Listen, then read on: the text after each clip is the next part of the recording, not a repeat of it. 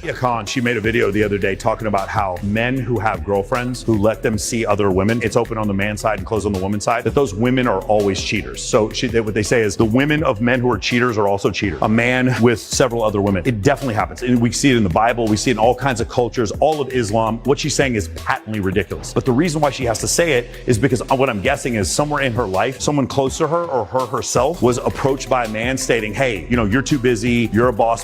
You're traveling all over the place. I need to be able to see other women. And she probably said, if you see other women, then I'm going to see other men. And he's probably like, well, no, why isn't it that I can't see other women? And she's like, no woman would tolerate that. Her narrative is no other woman would tolerate that because probably someone approached her with that idea. The reality is other women would tolerate that. But here's the problem. If her man meets a woman who would tolerate that, then he's going to leave her for that woman. So what she needs to do is tell everyone that any woman who would tolerate that is also cheating. Because imagine what a good deal it would be. Imagine if Sadia Khan has a husband and he's like, hey, I want to see other people just because you're never here. And she goes, no, any woman you see is also going to cheat on you. What if he finds a woman who wouldn't cheat on him? She's the bigger, better deal. And now Sadia Khan, her narrative is crushed. That's why women say this stuff, that like no good woman would tolerate their man being with other women. That's not true. I know tons of good women who would appreciate that. Most of them are bisexual. When you realize that concept, it's like, why is it that women say it? Because if it's not true, it destroys their narrative. All right, before we go on, Sadia responded to this. Yeah, I think, make that announcement first. So Sadia, she writes back, she goes, I'm speaking on behalf of high-value women with fathers. So again, women who would have threesomes with their boyfriend apparently don't have fathers. Your fatherless, jobless women may accept this. You're not from a Muslim culture, nor would they date you. So again, she's prescribing who would date me. You're dating women with liberal sexual values, only they are cheating on you daily. So again, I was a little disappointed that Sadia went that personal. She's telling me that I'm being cheated on. She doesn't have any idea who I'm dating. And I didn't even say that was about me, but she made it about me. I messaged her. I said, hey, listen, I don't want you to take this personal. She says, I didn't take it personal, whatever. I was like, do you want to have a conversation? She's like, I don't know if the conversation would be constructive. And I really think that she's way off board on this. Now, here's the thing. Ladies, do you know any women out there who have threesomes with their boyfriends and don't cheat on their boyfriends? Anybody? Yes, you do? Yeah, me. Yeah, you do? Anybody else? Yeah. Yeah, me. When But they I have friends threesomes? who have boyfriends that are bisexual and they don't necessarily like it, but women can be bisexual and it's more normalized, which that is something that I was like, totally different topic, but. Cheating and being open are two completely different things, though. Okay, So let's get that. Again, straight. so two people. I'm not talking about cheating. I'm talking about you have a man and he is openly seeing other women, and the woman is seeing these men together. I'm not asking you if any of you have done it. I'm saying, have you ever seen it done? Yeah. Of course. Yeah. Okay. So are all these women fatherless, liberal, sexual, fatherless, worthless? Okay. My point is, the reason I'm not upset by what Sadia says. I understand from her limited life perspective, that's what she believes. It's just like her telling, if she made a video saying no one from the state of Texas could join the military, and I'd be like, well, I'm from Texas and I joined the military, so I know what you're saying isn't true. I'm not angry. I just have so many friends who are married and been married for like more than 10 years, and they occasionally have sex with women together, and they're just fine, and the women aren't fatherless. In her comment, we didn't play the actual one, she said there's no example of this. Any woman who would accept this is fatherless. And my point is, her hyperbolic statement makes that statement incorrect. I agree most women wouldn't, and I definitely agree that Sadia wouldn't, but the point is, I think the reason why she's saying it is because if she can make every woman out who's bisexual to be a cheater, then she doesn't have to worry about them as competition.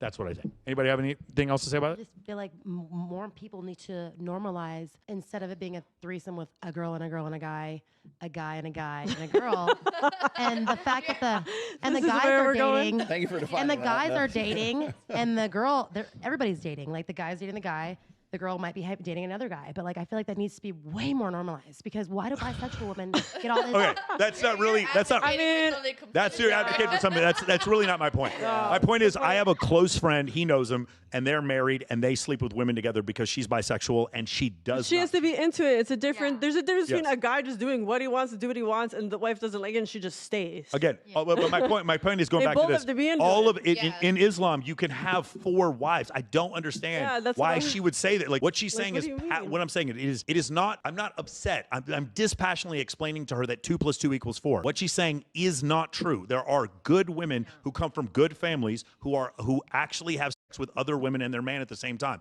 It is possible. Is it common? No. Is it less than 10% of women? Probably less than 10% of women. And is it not, Sadia? It definitely isn't, And it's Sadia. not all the time. It's not all the time. Yeah. But the idea that it never happens is incorrect. It is objectively false. And that's why I said what I said. And that's why I was really surprised when she started telling me women are cheating on me and they're the women that I date. Like, Sadia, unfortunately, you don't know who I date. You have no idea. I wasn't even talking about myself in the comments. I'm just making an observation. So anyway, I invite her to come on the pod, not on Access Vegas, but to come on the podcast if she'd like to have a conversation, a high-level conversation talking about evolutionary psychology and the economics of dating. I would love to do that. I just want to tell her, it sounds to me like every partner she's ever had, she was jealous of their family's relationship because she couldn't have an open family that accepted her. I mean, I don't know if that's accurate. I mean, I don't know if that has anything to do with that. I think a woman wanting to be in a heterosexual monogamous relationship with a man is not unhealthy. There's nothing wrong with it. She was In fact, judging I the recommend family it. relationship. Huh? She was judging the family's relationship, though, of somebody who would do that. Yeah, I do. I think that's really a cop-out when a woman does something you don't agree with. It's because they don't have a father. That's always, by the way, men, Well, it's emotional language. yeah, but by the way, she's doing it. Most of the time, it's men who are saying this. I don't want to marry them, but I understand why they did it. And it's so reductive. It's like, I can't figure out this complicated issue, so I'm just going to say it's because they don't have a father. Like, that's the thing. And it's very reductive. What it is thinking. it reframes the argument is what it does. She needs to join the BDSM I told community. this to Myron Gaines a few times. Whenever women get to the well, and guys too, I shouldn't just say women, but like when anybody gets to the point where they have nothing left of a rational, reasonable, cogent argument, what they do is they change the frame of the frame of the conversation. So they're having this empirical conversation about facts, figures, stats, this research, that research. When you run out of gas, that's when it's who hurt you. Did you have a father? Like you said, have you ever fell in love? You should go re-diagnosing. touch Sometimes grass. it's obvious, You know, but it's people are always people. so what happens is when you hear who hurt you or whatever, that's the reframe from an empirical argument into an emotional argument. And so now it's become are you a good guy or are you a bad guy? Rather than are you right or are you wrong?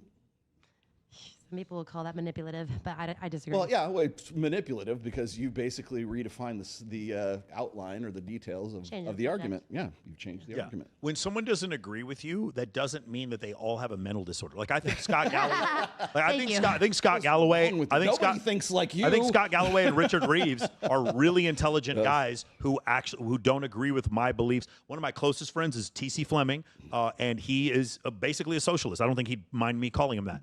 He's basically a socialist, and we're still friends, and we play Madden together, and we're still cool. And I don't think he has a mental disorder because he disagrees with me. We just have a fundamental disagreement on what would make the world better. That's all it is. But so again, when a woman doesn't agree with me, I don't say she's fatherless. That's a cop-out. She might disagree with me because she's a narcissist, borderline personality disorder, or she just grew up in a household where she thinks anything other than traditional marriage and traditional monogamy between heterosexual people is wrong, and any sort of deviation from that is nothing but sin. And maybe that's what she was taught. And that doesn't make you it makes you irrational, but it doesn't make you it doesn't mean you have a mental disorder because that's happened, and it doesn't mean you don't have a father. That's the other thing.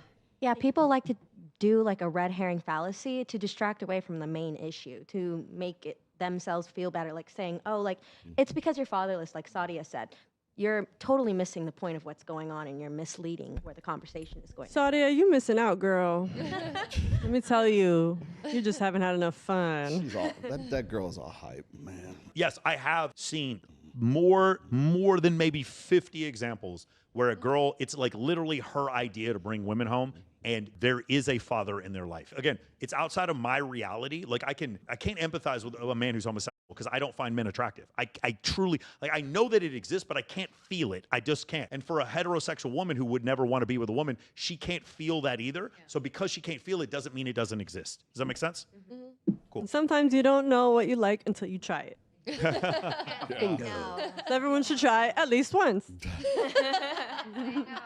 Come to the hippo. Bring your father. Come to the hippo and bring your father. To the hippo week. Bring the whole family. Bring It's your only father awkward to if we Peppermint make Hippo.